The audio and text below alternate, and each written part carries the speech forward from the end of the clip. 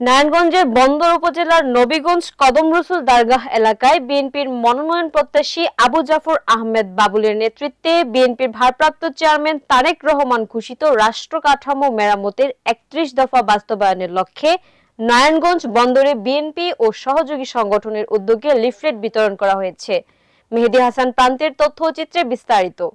শুক্রবার ১৭ অক্টোবর বিকেলে বন্দর উপজেলার নবীগঞ্জ কদম রসুল দরগাহ এলাকায় বিএনপির মনোনয়ন প্রত্যাশী আবু জাফর আহমেদ বাবুলের নেতৃত্বে বিএনপির ভারপ্রাপ্ত চেয়ারম্যান তারেক রহমান ঘোষিত রাষ্ট্র কাঠামো মেরামতের ৩১ দফা বাস্তবায়নের লক্ষ্যে নারায়ণগঞ্জ বন্দরে বিএনপি ও সহযোগী সংগঠনের উদ্যোগে লিফলেট বিতরণ করা হয়েছে। লিফলেট বিতরণকালে বিএনপি ও বিভিন্ন অঙ্গ সংগঠনের নেতৃবৃন্দ ও স্থানীয় জনগণ উপস্থিত ছিলেন। লিফলেট বিতরণ শেষে আবু জাফর আহমেদ বাবুল বলেন, তারেক রহমানের নেতৃত্বে আগামী দিনের বাংলাদেশ চলবে। তারেক রহমানের ৩১ দফার মাধ্যমে গণতন্ত্র প্রতিষ্ঠা হবে, দেশের উন্নয়ন সাধিত হবে। ৩১ দফা জনগণের দ্বারে দ্বারে পৌঁছাতে হবে। আগামী জাতীয় সংসদ নির্বাচনে বিএনপির মনোনয়ন পেলে নারায়ণগঞ্জের শীতলক্ষায় কদম রসুল সেতু, বিশুদ্ধ পানির সংকট নিরসন সহ সব সমস্যার সমাধান করা হবে।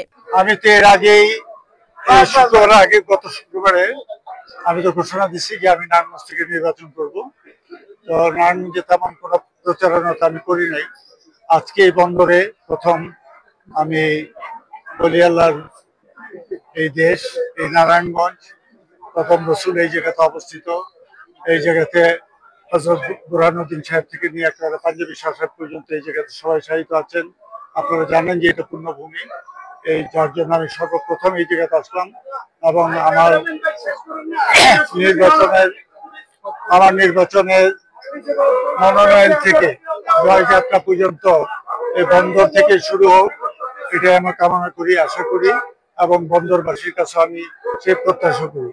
বন্দরবাসীর যত রকমের দুর্দশা আছে, দুঃখ আছে, বেদনা আছে, যাই আছে, আমি এগুলো জানবো। ইনশাল্লাহ এগুলো আমি সবকিছু সমাধান করবো এবং যেসব সমস্যাগুলো আছে আমি ধীরে ধীরে এই সমস্যাগুলো সমাধান করবো ইনশাল্লাহ।